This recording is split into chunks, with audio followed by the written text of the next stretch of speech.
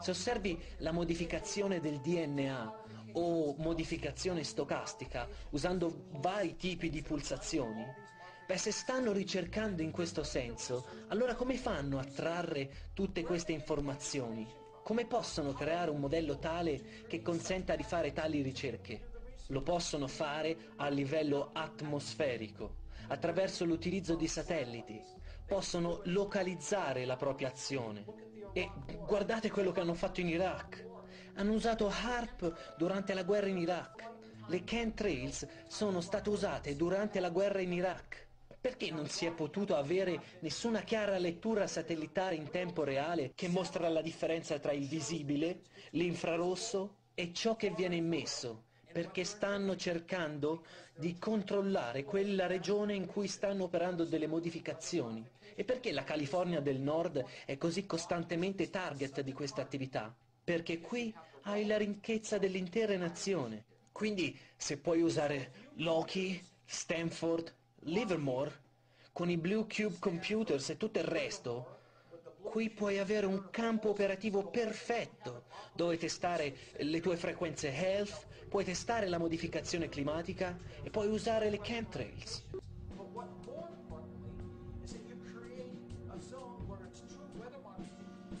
Gli effetti riconducibili alla HARP sono inquietanti. Da varie parti del Nord America e dell'Europa giungono immagini come queste. Scie che si piegano fino a formare cerchi o che si allineano in modo innaturale. Ve ne sono addirittura alcune che si possono descrivere come bruciature nel cielo.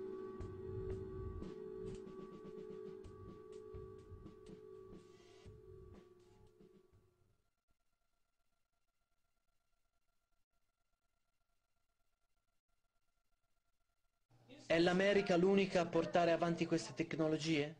Beh, non proprio. I padri di tutto questo sono i russi e stanno portando avanti sistemi di trasmissione tramite frequenze ELF, usando onde estremamente lunghe. Ora, stanno usando questo per i sottomarini, ma questo lo hanno fatto da sempre. Che cos'altro stanno facendo con questi progetti? Perché i russi sono così presi da quello che sta succedendo? E perché sono gli scienziati leader di questo campo? Perché la Russia è così preoccupata dagli effetti della HARP? Perché il più importante quotidiano, la Pravda, dedica loro la prima pagina? Alcuni deputati della Duma hanno addirittura accusato gli Stati Uniti d'America di uso illecito dell'installazione in Alaska. E ancora, molti documenti ufficiali testano la veridicità di tali progetti e si possono trovare nell'ufficio trademark americano e nelle librerie dell'aviazione militare.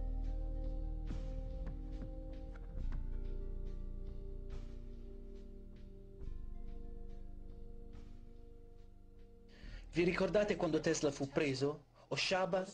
Victor Shepard? Quando questi due scienziati furono sottratti dall'Europa? I loro documenti furono presi. I russi presero gli studi di Shepard e la stessa cosa fu fatta con Tesla.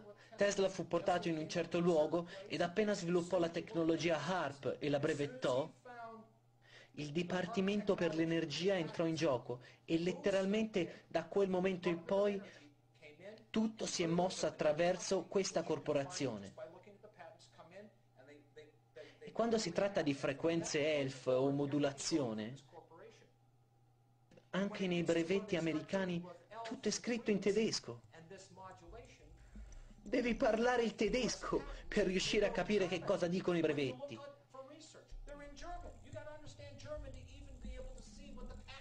Quindi si può capire come si sia preso qualcosa che in origine era per usi benevoli da parte di Tesla, l'energia buona, e trasformato in sistemi d'arma.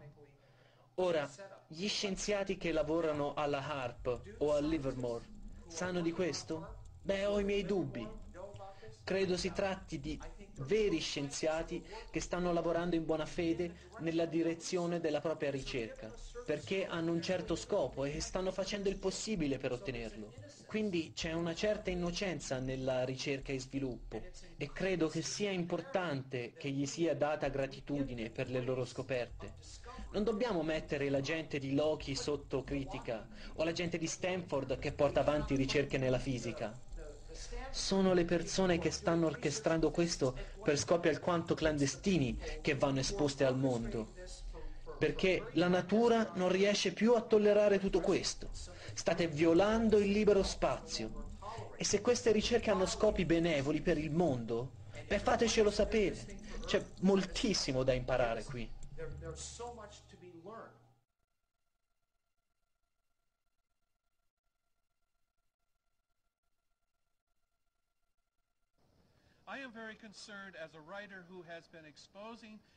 Sono molto preoccupato, come giornalista che ha esposto i rischi delle radiazioni elettromagnetiche da alcuni anni ormai, che il bario usato in queste scie possa agire da amplificatore e che possa condurre l'energia di ripetitori della telefonia, di radar.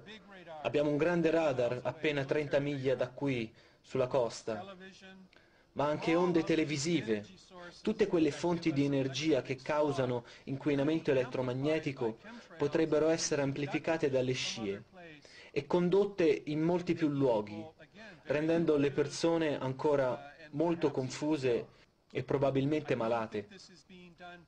Non credo che questo sia fatto intenzionalmente, ma credo che la HAARP sia usata intenzionalmente assieme alle scie chimiche per poter prolungare il proprio raggio d'azione ancora di più.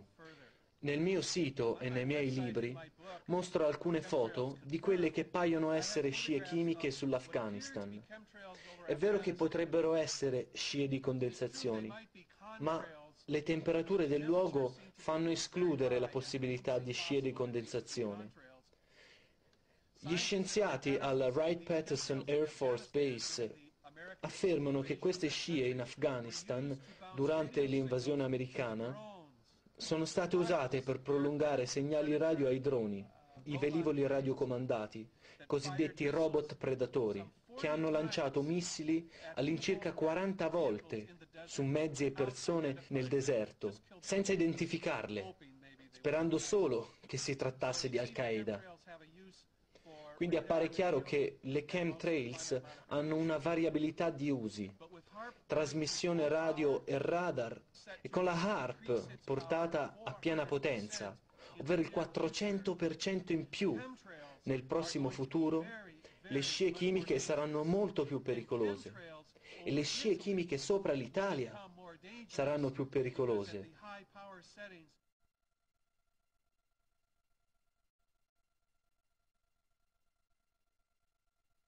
Se si osservano questi che sono i Doppler radars, si può vedere come improvvisamente possono emettere un segnale da un'area particolare e modificare quella regione mentre viene radiata con le frequenze ELF.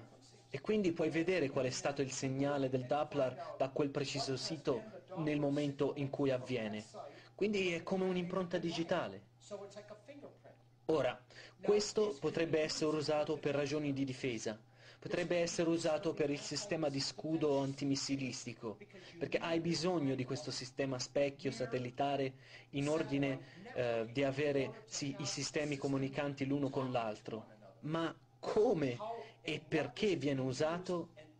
Ma quali sono questi siti? Vediamo Madison, Wisconsin, ok? Non è interessante? Pare che ne abbiamo uno qua sulla costa. Quello che dobbiamo fare è comparare le modificazioni climatiche con i segnali dei radar. Allora puoi cominciare a rintracciare quello che stanno facendo con le scie chimiche e come stanno modulando tutto questo. Questo che osserviamo adesso è una lettura in tempo reale della radar qui nella Bay Area. Essendo uno strumento che legge il tempo, si potranno vedere particelle di nebbia, umidità, condensazione. Questo che osserviamo è un modello delle condizioni climatiche attuali, ma se torniamo un attimo indietro possiamo trovare questo segnale.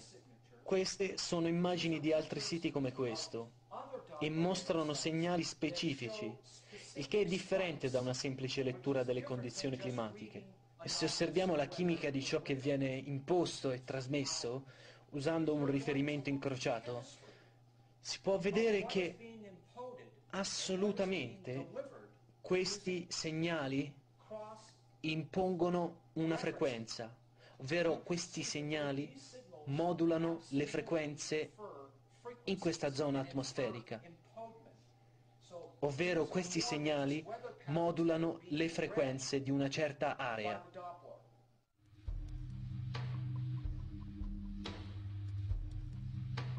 Quali sono davvero gli effetti che si possono ottenere con tali sistemi? Quali sono i legami tra chemtrails, HAARP e i radar del NORAD sparsi sul suolo americano? È plausibile che si sia creato un sistema che consente la modificazione climatica in tempo reale?